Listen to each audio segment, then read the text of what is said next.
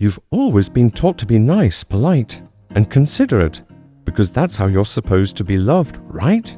But why does it feel like the nicer you are, the more invisible and drained you become?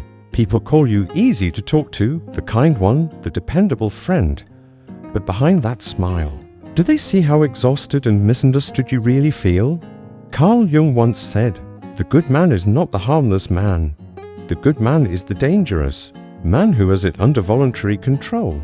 But what happens when you confuse being harmless with being good from a young age? You were taught, be kind, avoid conflict, think of others first. And for a while, it worked, or so it seemed. People liked you. They came to you when they needed help. They labeled you the good one. But deep inside, you feel it, the fatigue, the misunderstanding, the quiet ache of being taken for granted. It's like you're fading out of your own life, one small compromise at a time. Jung warned us, denying your darker emotions, anger, pain, guilt, shame, doesn't make you a better person. It makes you weak, resentful, and slowly self-destructive. You wear niceness like a mask, believing it will shield you from hurt or rejection. But over time, that mask becomes your prison. You lose your voice, your boundaries blur, your relationships become imbalanced, and your mental health quietly erodes. Let's be clear, kindness isn't the issue. What's dangerous is niceness without boundaries.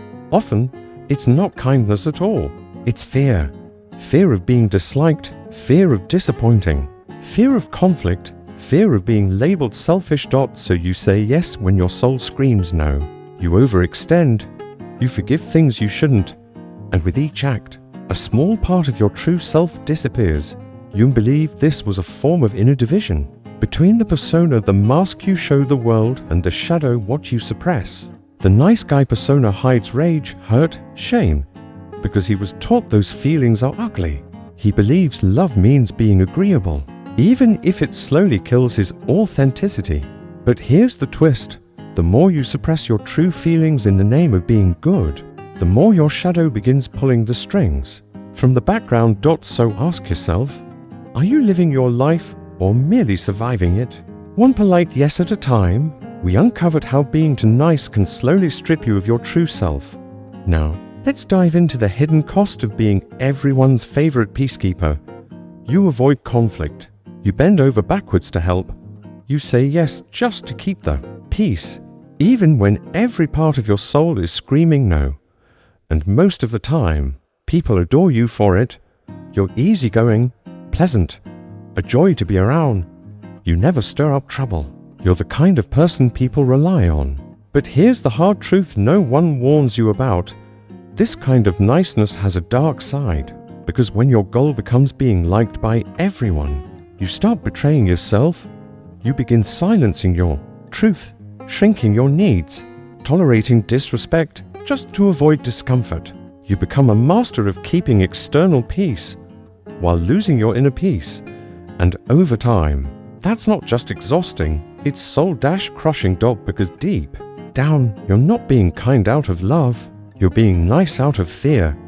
Fear of being rejected, fear of not being enough, fear of conflict, fear of being called selfish. This is exactly what Carl Jung meant when he said, "The good man is not the harmless man. He is the dangerous man who has it under voluntary control." Let that sink in.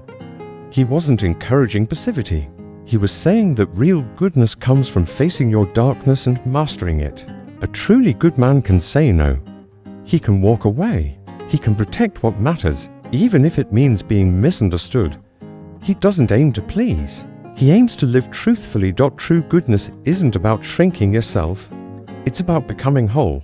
And sometimes that wholeness requires boldness, assertiveness, and yes, even being feared when necessary. Jung also said, every individual has the obligation to become conscious of his own shadow.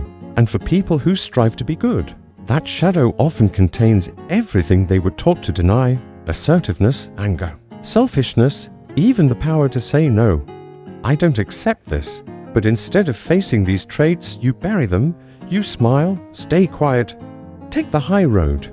Yet over time, that shadow leaks out through passive aggression, silent resentment, or unspoken guilt, you become the helper who secretly hates helping, the kind one who's quietly burning out, the friend who's always there for others, but never for themselves, and worst of all, people get used to your niceness. They start expecting it. They feel entitled to it. So when you finally say enough and set a boundary, they get angry, not because you did something wrong, but because you broke the illusion they built around you. The most dangerous part of being too nice isn't just that others take advantage of you, it's that, slowly and quietly, you start resenting them and never say a word. We saw how your unspoken resentment slowly leaks into your life. Now, let's take a deeper look at what happens when you continue to live in nice mode and abandon your truth. You bottle everything up. You say it's fine even when it isn't. You smile while something inside you quietly burns. And that's where the poison begins. At first, resentment is invisible. It wears the mask of exhaustion. It whispers things like, "I'm just tired." But what's really happening is that your soul is angry, because you keep abandoning it to please everyone else. Carl Jung once said, "Nothing has a stronger influence psychologically on their children than the unlived life of the parent." Let that sink in. What part of your life have you buried in the name of being nice? How many dreams have you let die to avoid conflict? How many truths have you swallowed just to be accepted? How much of your identity have you silenced so others could? Stay comfortable. This is how nice people, good people, end up bitter. Not because they lack kindness, but because they've spent so long disconnecting from their own voice that when it finally tries to speak, it comes out twisted in guilt, frustration, and weariness. You weren't born to live in silent service. You weren't meant to shrink into roles that ask you to trade your voice for affection. But here's the harsh reality. The world doesn't reward self-betrayal. It rewards clarity, conviction, presence. And you can't truly embody any of those while you're still trapped in being nice. When niceness becomes your identity, you teach yourself, unconsciously, that your worth is conditional, that love only comes when you're agreeable, quiet, accommodating. But here's the hidden cost. You lose your center. You forget what you actually want. You stop recognizing your boundaries because they've been crossed so many times, by so many people, for so many years. You begin to fear your own truth. You hesitate before speaking, always filtering your thoughts through the question, "Will this upset them?" And that hesitation, it kills your authenticity. Your relationships become lopsided. You attract people who take, not because they're malicious, but because you've trained them to.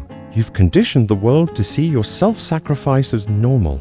Carl Jung believed this kind of emotional suppression leads to neurosis, a profound psychological split between the life you're living and the life your soul longs for. So, think again about his powerful quote. Nothing has a stronger influence psychologically on their environment, and especially on their children, than the unlived life of the parent. What are you passing on to your children, your partner, the people who love you? When you constantly give yourself away to feel accepted, people may not say it, but they can feel it. The quiet sadness, the distance, the self-erasure behind. The smile, your friends, they don't just see your cheerful expression. They feel your emotional absence. They sense the quiet sorrow of someone who's spent years slicing off pieces of themselves, just to fit in, just to be good enough. So ask yourself, are you being good, or are you just being small? Because real goodness doesn't come from shrinking. It comes from being whole, from telling the truth even when it's uncomfortable, from protecting your peace even if it means disappointing others, from choosing self-respect over approval. Let's be clear, real goodness takes power. This is where Carl Jung challenged conventional thinking. He didn't believe being good meant being soft or submissive. He believed true goodness requires inner strength, the ability to say no without guilt, to walk away without explanation, to let others be disappointed in you and still feel whole. Being good isn't about being liked. It's about being integrated, a person who owns both their light and their shadow, and chooses to act from a place of conscious strength. Because the most dangerous man isn't the angry one. It's the nice man who's repressed his anger for so long, he no longer knows who he is. Eventually, being nice stops being something you do and becomes who you think you have to be. You're the reliable one, the easygoing one, the guy who never causes problems. It becomes your mask. And here's the terrifying part. You start believing that if you take off that mask, no one will love what's underneath. So you keep performing. You smile when you want to scream. You comfort others while silently begging for someone to ask if you're okay. You laugh off the disrespect. You soak up everyone else's emotional chaos. And the longer you do it, the harder it becomes to answer one question. Who am I if I'm not who everyone expects me to be? Carl Jung called this the persona, the social mask we wear to be accepted. It's not fake, but it's incomplete. He believed real psychological growth comes from a process called individuation, the painful, beautiful journey of taking off the mask and becoming whole, of integrating your shadow, owning your anger, your desire, your truth, not to act on every impulse, but to finally stop being afraid of who you really are, because the truth is, you can't build real love, real self-worth, or real purpose on a version of yourself you've created just to keep others comfortable.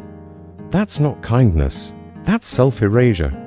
And no matter how much praise you receive for being the nice one, deep down there will always be a voice whispering, "But what about me?"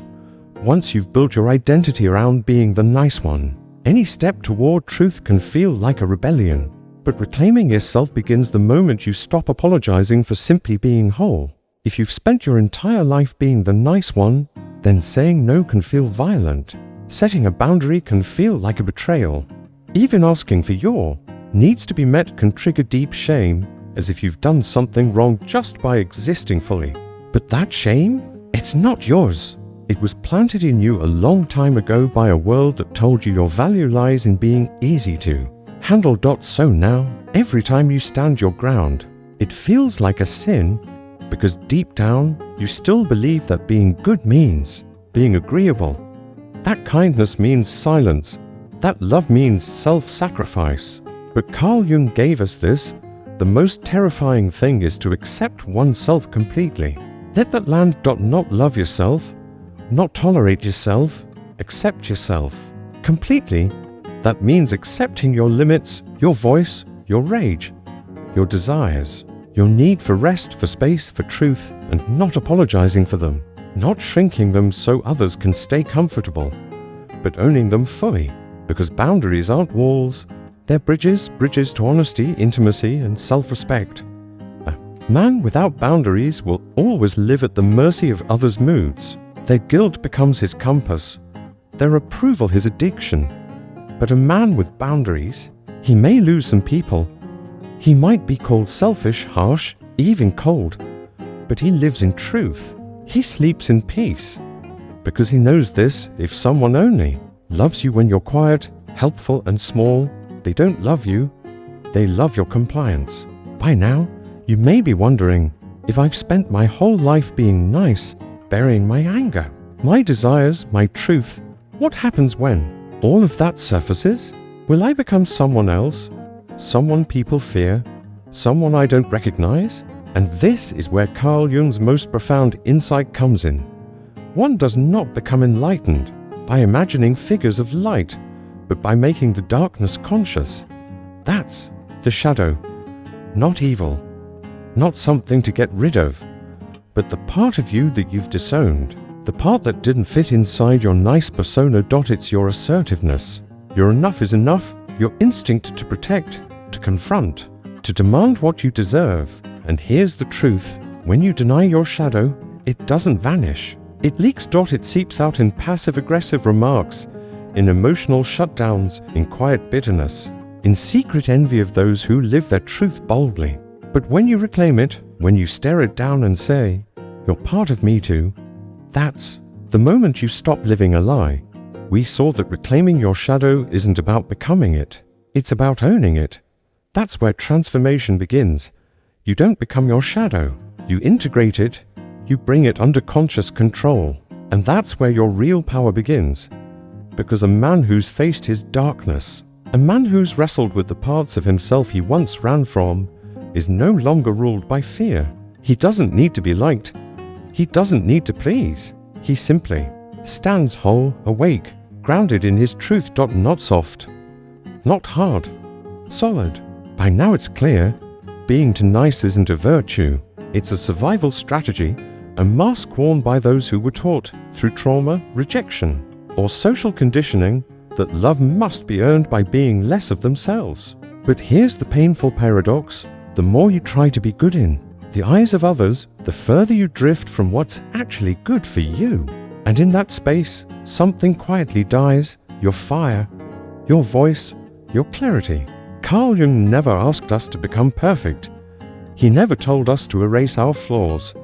He called us to wholeness, to the bold, lifelong journey of becoming real. That means breaking the addiction to being liked. It means risking disapproval to stay loyal to your soul. It means letting go of the idea that being nice is always the right thing, because nice can be dishonest, nice can be manipulative, nice can be a cage made of guilt, shame, and fear. But real is alive, real is present. Real isn't always comfortable, but it's always true. So no, real men don't smile through disrespect. They don't keep the peace at the cost of their own sanity. They don't abandon themselves to gain approval they never needed in the first place. They don't do that because real men don't betray themselves to be seen as good. Instead, they do the deeper work, the shadow work, the soul work, and they walk through the world not with a mask, but with presence, with clarity, and with a power that never needs to shout. It's time to stop confusing niceness with virtue. Being agreeable is easy. Being invisible is easy. What's hard is telling the truth. What's hard is setting a boundary and standing by it when the room goes silent. What's hard is looking someone in the eye and saying, "This doesn't work for me anymore," even if your voice trembles. But that, right there, is where your true power lives.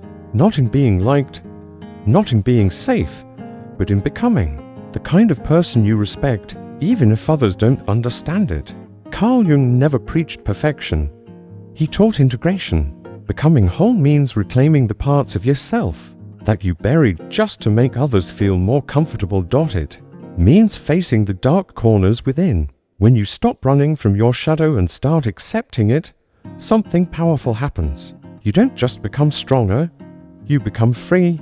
Free from guilt, free from resentment, free from the exhausting pressure of keeping everyone else happy while you slowly suffer in silence.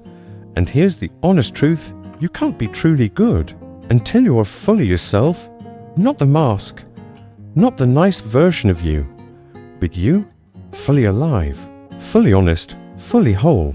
So if you're tired of sacrificing your peace for people who would never do the same for you, if you're ready to set boundaries without guilt, if you're ready to be respected, not just liked, then it's time to stop being the nice one and start being the real one. If this message hits something deep inside you, if you feel a buried part of you stir as you listen, it's because you've been holding yourself back for far too long. Subscribe if you want more honest conversations like this about shadow work, emotional strength, and self-growth that doesn't sugarcoat the truth. Like this video if it spoke to you. Share it with someone you know is stuck in the same cycle. And in the comments, tell me, what's one truth you've been afraid to say out loud just to keep the peace? Because your voice matters, your truth matters, and you were never meant to be a doormat for other people's comfort.